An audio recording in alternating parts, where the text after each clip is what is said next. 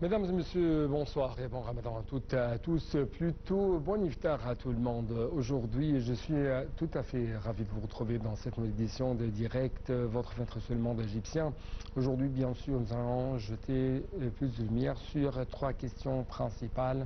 Il s'agit de ce grand musée d'Égypte, l'inauguration très prochainement de cette entité très grande aux yeux du monde entier.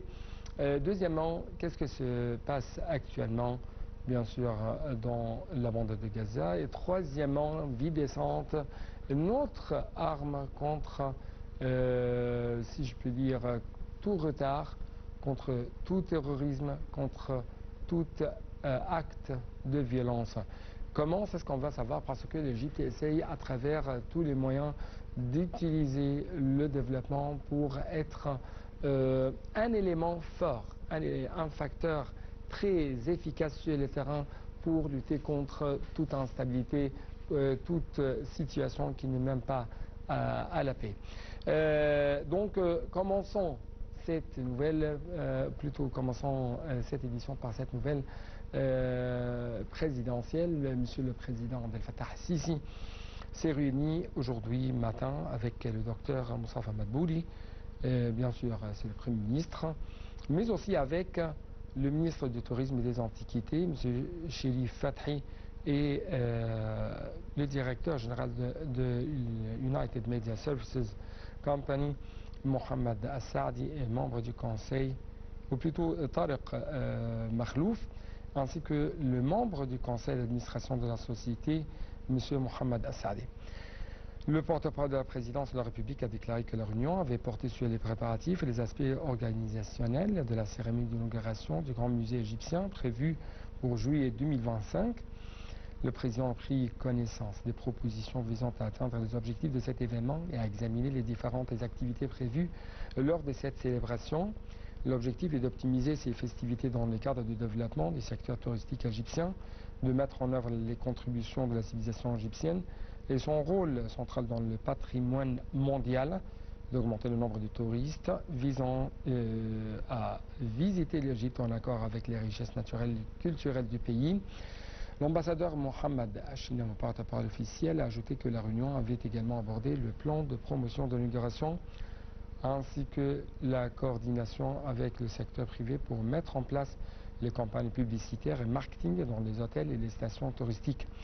L'importance du musée en tant qu'opportunité unique d'offrir une expérience immersive alliant les richesses de l'histoire égyptienne antique et les technologies muséales les plus avancées. Donc, pour commenter cette nouvelle, nous avons au bout de ligne, bien sûr, M. Simon Sayer, expert dans le domaine touristique. M.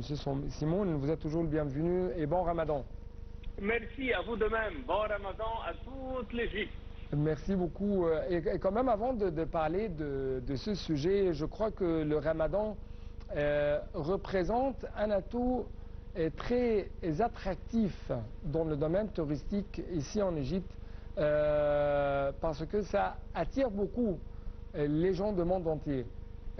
Comment vous trouvez si je peux dire, les politiques adoptées par l'État égyptien visant à faire cette promotion au domaine touristique pendant le ramadan? Alors, super bien sûr, que l'Égypte a fait beaucoup de travail cette année pour le mois de Ramadan et on a pu faire une attraction touristique, non pas seulement du monde arabe, mais aussi bien de l'Europe. Oui. On commence à avoir une très belle réputation dans l'organisation des fêtes, des célébrations, des soirées, aussi bien comme c'est une expérience orientale ramadanesque. Exactement. Oui. Exactement, et oui, c'est exactement cela. C'est ce qui se passe bien dans le pays. C'est que nous, aujourd'hui, en Égypte, il y a une âme pour le mois de Ramadan et on a une croissance touristique pour ce sujet. Les gens ne se rendent pas compte de cela, mais oui, il y a un grand travail, il y a une grande présence touristique dans les lieux religieux. car c'est une âme unique. Et l'Égypte en a fait une campagne de promotion touristique sur ce sujet. Et on l'a même appelé l'Égypte son âme pendant le Ramadan. Ouais. Très belle initiative pour promouvoir notre pays en tant qu'une destination touristique qui, aussi bien sûr, elle est partie pour le marché des pays arabes, qui est le marché clé, comme l'Arabie Saoudite, les Émirats, Koweït, Jordanie, Qatar, Bahreïn, mais aussi bien, nous, on n'a pas travaillé uniquement sur un mois, on a travaillé sur un mois et demi, et on a fait une campagne qui ambitionne de mettre en lumière la diversité des produits et expériences touristiques que l'Égypte offre. On a ciblé, à côté de voyageurs arabes, comme l'a bien dit l'Europe, et durant ce mois sacré, on présente les festivités de Eid al-Fitr, et l'objectif, c'est de les faire vivre une expérience unique, la spiritualité, la convivialité, qui se mêlent d'une façon harmonieuse pour le plaisir touristique et culturel. Et on a encouragé le tourisme intérieur et pour redécouvrir la beauté et l'atmosphère spéciale de notre propre pays pendant cette période, car on a des traditions et une chaleur humaine. Et l'Égypte a une stratégie sur cela, et on a utilisé bien sûr les nouvelles technologies pour renforcer notre visibilité sur l'échelle internationale, et on a fait un marketing numérique, et aussi bien, nous on a travaillé sur les réseaux sociaux, vous savez bien, Facebook, Instagram, TikTok, tout cela, toutes les plateformes, on a travaillé dessus, et l'Égypte, avec son département de promotion touristique, il a bien souligné qu'on va valoriser les traditions et l'ambiance festive qui nous caractérise pendant le mois de Ramadan. On a fait des vidéos. Donc, on fait beaucoup de promotions touristiques pour ce temps ramadanesque. On a présenté la vie quotidienne, la vie des familles, le futur, les rues illuminées, les lanternes traditionnelles qu'on appelle fanous, les marchés animés qui proposent des spécialités culinaires typiques. Aussi bien, on a fait des clips qui ont mis en scène les influenceurs arabes et égyptiens qui partagent leur expérience durant le mois de Ramadan. On a fait une présence sur les lieux stratégiques. Ça veut dire des films promotionnels avec des écrans d'affichage. Je crois quand même que les rues égyptiennes pendant le Ramadan se bouleversent. C'est toujours les ornements, les lumières, et quand même la joie, la solidarité, tout ça représente une richesse bien sûr humaine, mais issue d'une révélation divine. C'est pourquoi peut-être il y a beaucoup de sérénité, beaucoup de spiritualité que les touristes essayent de sentir pendant ce mois, n'est-ce pas? Exactement cela, comme vous l'avez bien dit, c'est exactement ce point que durant ce mois de jeûne de spiritualité, c'est un moteur touristique unique dans le pays, et l'atmosphère générale, il est transformé. Et on est très attirant pour tout ce qui cherche la culture, la spiritualité. Et ça nous fait des retombées économiques. Car on présente une expérience unique. Vous savez, Khalil Khalili. L'une des expériences uniques patrimoniales également, c'est le grand musée égyptien. Il y a beaucoup de, si je peux dire, beaucoup des éléments à propos de ce bâtiment, à propos de cette zone archéologique. Est-ce que vous pouvez nous donner plus d'explications sur ce qu'enfin les traits caractéristiques de cette place, de ce lieu, de ce musée, du point de vue technologique, du point de vue monument, du point de vue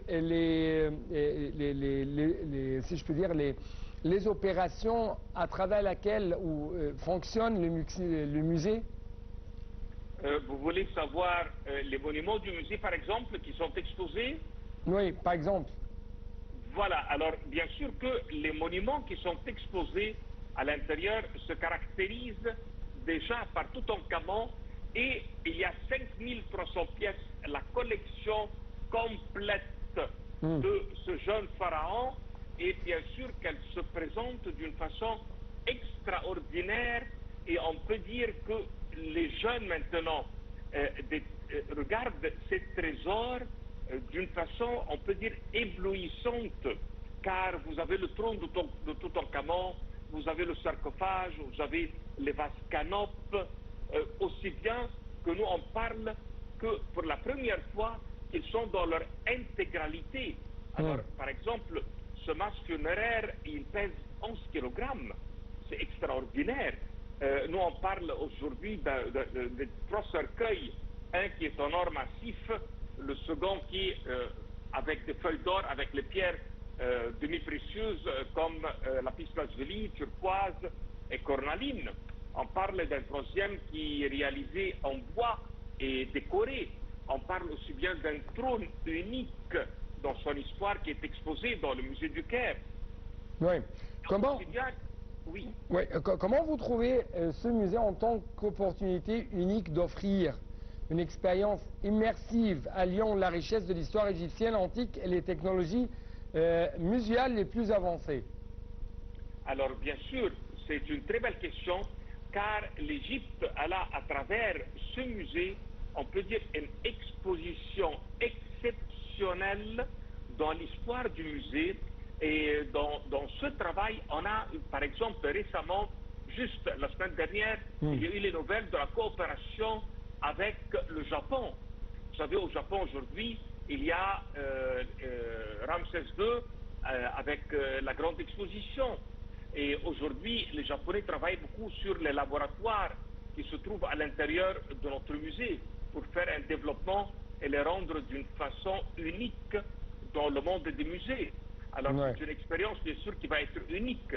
Nous, on travaille aujourd'hui sur on peut dire, sur une infrastructure et avec des sponsors pour qu'on puisse atteindre le plus grand nombre de personnes qui vont être intéressées. Notre musée qui est sur plusieurs secteurs. Il est d'un côté un musée vert, il est d'un autre un musée culturel, d'un troisième il est attaché avec les pyramides, et ça fait de cela le plus grand complexe culturel du monde entier. Alors il devient un centre éducatif, un centre culturel et on peut dire un point d'attraction numéro 1 mondialement. Oui, donc c'est un musée vert. C'est un musée basé sur les énergies propres, les énergies vertes. Exactement. Il est basé sur ce point. Il n'a pas d'émission, ce musée. Il a des laboratoires. L'exposition des pièces, elle est d'une façon que tout est très bien protégé. Alors, de cela, on peut dire que nous, on propose, selon ça, une expérience immersive, car ce sont des nouvelles technologies. On a une réalité augmentée, on a des projections interactives, on a de la reconstitution en 3D. Nous, on permet à nos visiteurs de mieux comprendre le mode de vie des anciennes égyptiennes. Quand on dit musée vert ici, nous, on parle d'un musée engagé dans les pratiques écologiques et durables. Nous, ici, on vise à réduire son empreinte carbone. Nous, on fait une promotion pour la sensibilisation environnementale. Et d'ici qu'il est exceptionnel. Comment vous trouvez le rôle de la présidence égyptienne dans la promotion touristique de cette destination, de ce musée égyptien presque unique dans le monde? Alors déjà, il y a la réunion de notre président avec tous les responsables sur ce sujet. Ça, bien sûr, ça c'est le plus haut niveau qu'on peut y connaître. Tous les responsables gouvernementaux et experts du patrimoine culturel. Ça crée de ce sujet des réunions cruciales qui sont portées sur des préparatifs finaux de l'inauguration du Grand Musée du Caire. C'est un projet très ambitieux et ça va marquer une étape importante dans la valorisation du patrimoine égyptien et le développement de notre tourisme, le tourisme culturel. Est-ce qu'il y aura par exemple de grandes personnalités du monde, je parle des rois, je parle de présidents de différentes nations, de différents pays?